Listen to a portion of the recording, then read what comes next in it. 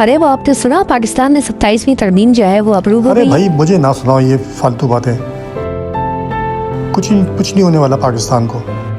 आपको पता नहीं पूरे पाकिस्तान में शोर मच रहा है। पाकिस्तान में 27वीं तरमीम ऐसी है जैसे हुकूमत ने मुल्क के मसाइल का सबसे बड़ा हल ढूंढ दिया हो। तरमीम के हक में तबे करने वाले अरकान ऐसे पुरजोश थे जैसे कोई नया मोबाइल लॉन्च हो रहा हो, और मुखालफत करने वाले ऐसे बरहम जैसे उनको तनख्वाह मिली हो।